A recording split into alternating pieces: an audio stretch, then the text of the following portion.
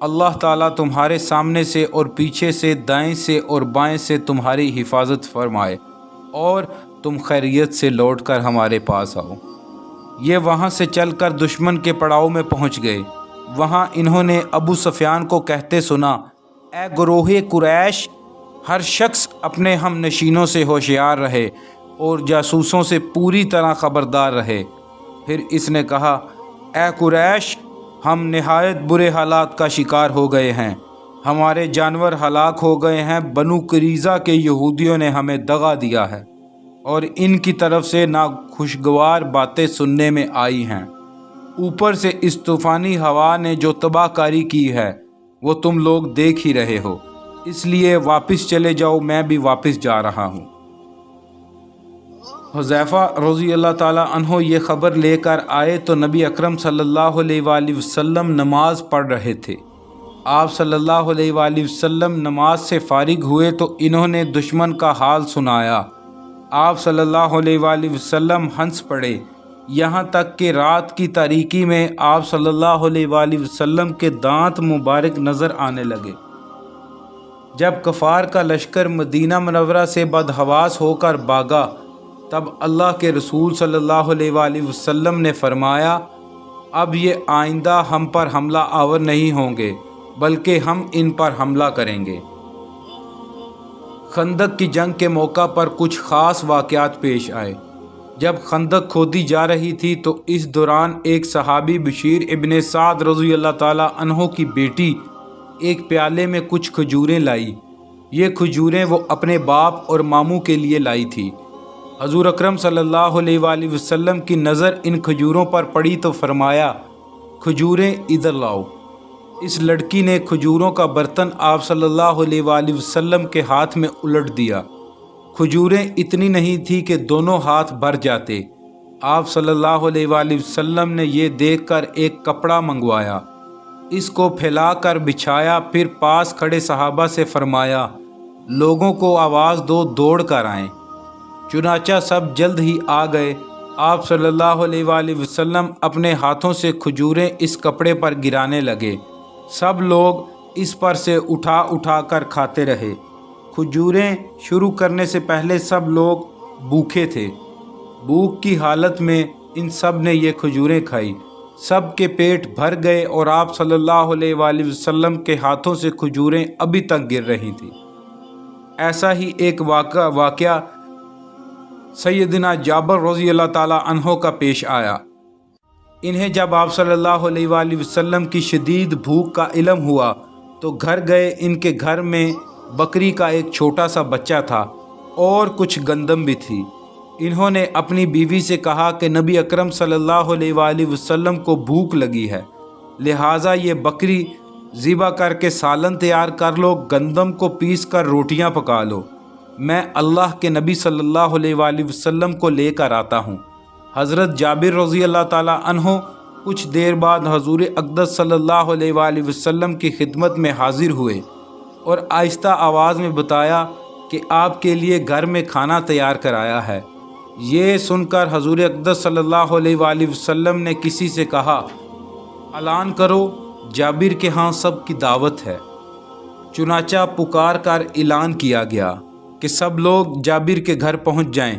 حضرت جابر رضی اللہ تعالیٰ عنہ پریشان ہو گئے کہ وہ تھوڑا سا کھانا اتنے لوگوں کو کیسے پورا ہوگا۔ انہوں نے پریشانی کے عالم میں انا للہ و انا الیہ راجعون پڑھی اور پھر گھر آ گئے۔ وہ کھانا حضور اقدس صلی اللہ علیہ وآلہ وسلم کے سامنے رکھ دیا گیا۔ آپ صلی اللہ علیہ وآلہ وسلم نے فرمایا، اللہ برکت دے۔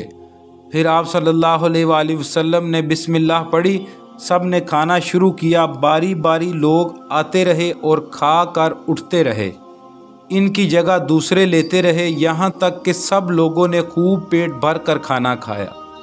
اس وقت ان مسلمانوں کی تعداد 1000 تھی۔ جابر رضی اللہ تعالیٰ عنہ کہتے ہیں، اللہ کی قسم جب سب کھانا کھا کر چلے گئے تو ہم نے دیکھا گھر میں اب بھی اتنا ہی کھانا موجود تھا جتنا حضور اقدس صلی اللہ علیہ وآلہ وسلم کے سامنے رکھا گیا تھا۔ جب آپ صلی اللہ علیہ وآلہ وسلم غزوہ خندق سے فارغ ہو کر گھر آئے تو وہ دوپہر کا وقت تھا۔ حضور صلی اللہ علیہ وآلہ وسلم نے ظہر کی نماز ادا کی اور سیدہ عائشہ صدیقہ رضی اللہ تعالی عنہا کے حجرے میں داخل ہو گئے۔ آپ صلی اللہ علیہ وآلہ وسلم ابھی غسل فرما رہے تھے کہ اچانک حضرت جبرائیل علیہ السلام سیاہ رنگ کا ریشمی عمامہ باندھے وہاں آ گئے۔ حضرت جبرائیل علیہ السلام ایک خچر پر سوار تھے۔ انہوں نے آتے ہی آپ صلی اللہ علیہ وآلہ وسلم سے کہا، اے اللہ کے رسول، کیا آپ نے ہتھیار اتار دیے ہیں؟ آپ نے فرمایا، ہاں اتار دیے ہیں۔ یہ سن کر حضرت جبرائیل علیہ السلام نے کہا، لیکن اللہ تعالیٰ کے فرشتوں نے تو ابھی ہتھیار نہیں اتارے۔ اس کے بعد حضرت جبرائیل علیہ السلام نے کہا، اللہ تعالیٰ نے آپ کو حکم دیا ہے کہ آپ اسی وقت بنو قریظہ کے مقابلے کے لیے کوچ کریں، میں بھی وہیں جا رہا ہوں۔ اس پر حضور اکرم صلی اللہ علیہ وآلہ وسلم نے اعلان کرایا، ہر اطاعت گزار شخص عصر کی نماز بنو قریظہ کے محلے میں پہنچ کر پڑھے۔ اس اعلان سے مراد یہ تھی کہ روانہ ہونے میں دیر نہ کی جائے۔ آپ صلی اللہ علیہ وآلہ وسلم نے خود بھی فوراً اپنے ہتھیار لگائے، زیرہ بختر پہنی، اپنا نیزہ دستے مبارک میں لیا، تلوار گلے میں ڈالی اور اپنے گھوڑے پر سوار ہوئے۔ آپ صلی اللہ علیہ وآلہ وسلم کے گرد صحابہ کرام رضی اللہ عنہما بھی ہتھیار لگائے گھوڑے پر موجود تھے۔ صحابہ رضی اللہ عنہما کی تعداد 3000 تھی۔ ان میں 36 گھڑ سوار تھے۔ ان میں بھی 3 گھوڑے آپ صلی اللہ علیہ وآلہ وسلم کے تھے۔ اس غزوہ کے موقع پر آپ صلی اللہ علیہ وآلہ وسلم نے حضرت عبداللہ بن ام مکتوم رضی اللہ تعالی عنہ کو مدینہ منورہ میں اپنا قائم مقام مقرر فرمایا۔ حضور اکرم صلی اللہ علیہ وآلہ وسلم سے آگے آگے حضرت علی رضی اللہ تعالی عنہ پرچم لیے ہوئے بنو قریظہ کی طرف روانہ ہوئے۔ حضرت علی رضی اللہ تعالی عنہ چونکہ آگے روانہ ہوئے تھے اس لیے پہلے وہاں پہنچے۔ انہوں نے مہاجرین اور انصار کے ایک دستے کے ساتھ بنو قریظہ کے قلعے کے سامنے دیوار کے نیچے پرچم نصب کیا۔ ایسے میں یہودیوں نے حضور صلی اللہ علیہ وآلہ وسلم کو برا بلا کہنا شروع کیا۔ اس پر حضرت علی اور دوسرے صحابہ رضی اللہ عنہما کو غصہ آ گیا۔ نبی اکرم صلی اللہ علیہ وآلہ وسلم وہاں پہنچے تو حضرت علی رضی اللہ تعالی عنہ نے انہیں یہودیوں کی بد زبانی کے بارے میں بتایا۔ آپ صلی اللہ علیہ وآلہ وسلم نے ان کی پوری آبادی کو گھیرے میں لینے کا حکم دیا۔ یہ محاصرہ 25 دن تک جاری رہا۔ یہودی اس محاصرے سے تنگ آ گئے اور آخر کار آپ صلی اللہ علیہ وآلہ وسلم کے سامنے حاضر ہو گئے۔ حضور صلی اللہ علیہ وآلہ وسلم نے انہیں باندھنے کا حکم فرمایا۔ ان کی مشقیں کس دی گئیں۔ ان کی تعداد 600 یا 750 تھی۔ انہیں ایک طرف جمع کر دیا گیا۔ یہ سب وہ تھے جو لڑنے والے تھے۔ ان کے بعد ان کی عورتوں اور بچوں کو حویلیوں سے نکال کر ایک طرف جمع کیا گیا۔ ان بچوں اور عورتوں کی تعداد 1000 تھی۔ ان پر عبداللہ بن سلام رضی اللہ تعالی عنہ کو نگران بنایا گیا۔ اب یہ لوگ بار بار آپ کے پاس آ کر معافی مانگنے لگے۔ اس پر آپ صلی اللہ علیہ وآلہ وسلم نے فرمایا، کیا تم اس بات پر رضامند ہو کہ تمہارے معاملے کا فیصلہ تمہارا ہی منتخب کیا ہو کوئی آدمی کر دے؟ انہوں نے جواب دیا، سعد بن معاذ رضی اللہ تعالی عنہ جو فیصلہ بھی کر دے ہمیں منظور ہے۔ سعد بن معاذ رضی اللہ تعالی عنہ مسلمان ہونے سے پہلے ان یہودیوں کے دوست اور ان کے نزدیک قابل احترام شخص تھے۔ حضور اکرم صلی اللہ علیہ وآلہ وسلم نے ان کی یہ بات مان لی۔ سعد بن معاذ رضی اللہ تعالی عنہ غزوہ خندق میں شدید زخمی ہو گئے تھے۔ وہ اس وقت مدینہ منورہ میں مسجد نبوی کے قریب ایک خیمے میں تھے۔ اب آپ صلی اللہ علیہ وآلہ وسلم کے حکم پر انہیں بنو قریظہ کی آبادی میں لایا گیا۔ ان کی حالت بہت خراب تھی۔ آخر وہ نبی اکرم صلی اللہ علیہ وآلہ وسلم کے پاس پہنچ گئے۔ انہیں ساری بات بتائی گئی۔ اس پر حضرت سعد بن معاذ رضی اللہ تعالی عنہ نے کہا، فیصلے کا حق تو اللہ تعالیٰ ہی کا ہے یا پھر اللہ کے رسول کو ہے۔ حضور اکرم صلی اللہ علیہ وآلہ وسلم نے فرمایا، اللہ ہی نے تمہیں حکم دیا ہے کہ یہود کے بارے میں فیصلہ کرو۔ اب انہوں نے اپنا فیصلہ سنایا۔ میں یہ فیصلہ کرتا ہوں کہ ان کے مردوں کو قتل کر دیا جائے، ان کا مال اور دولت مال غنیمت کے طور پر لے لیا جائے، اور ان کے بچوں اور عورتوں کو غلام اور لونڈیاں بنا لیا جائے۔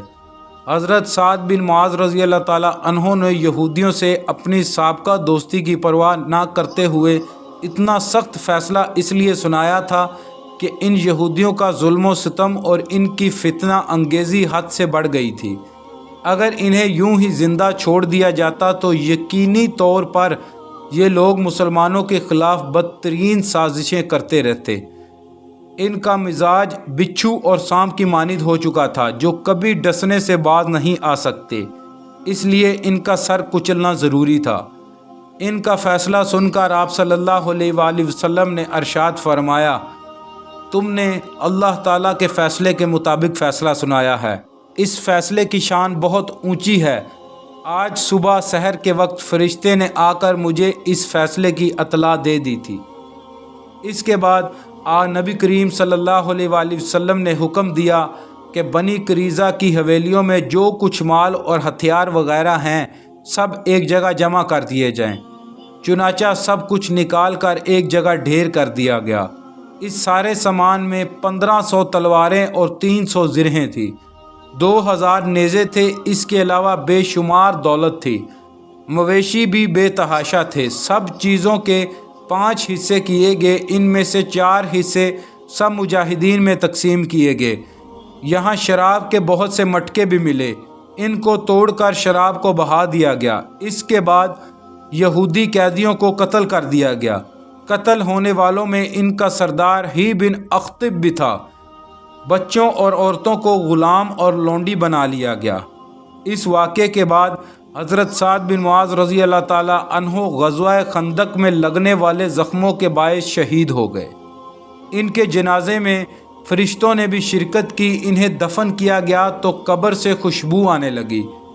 قیدی عورتوں کے بارے میں حضور صلی اللہ علیہ وآلہ وسلم نے ارشاد فرمایا، جو عورتیں فروخت کی جائیں اپنے بچوں سے جدا نہ کی جائیں، یعنی جہاں ماں رہے وہیں اس کے بچے رہیں جب تک کہ بچہ جوان نہ ہو جائے۔ اگر کوئی شخص اپنی لونڈی کو فروخت کرنا چاہتا ہے تو اسے اس کے بچے سے جدا نہ کرے۔ اللہ پاک پڑھنا اور سننا قبول فرمائے۔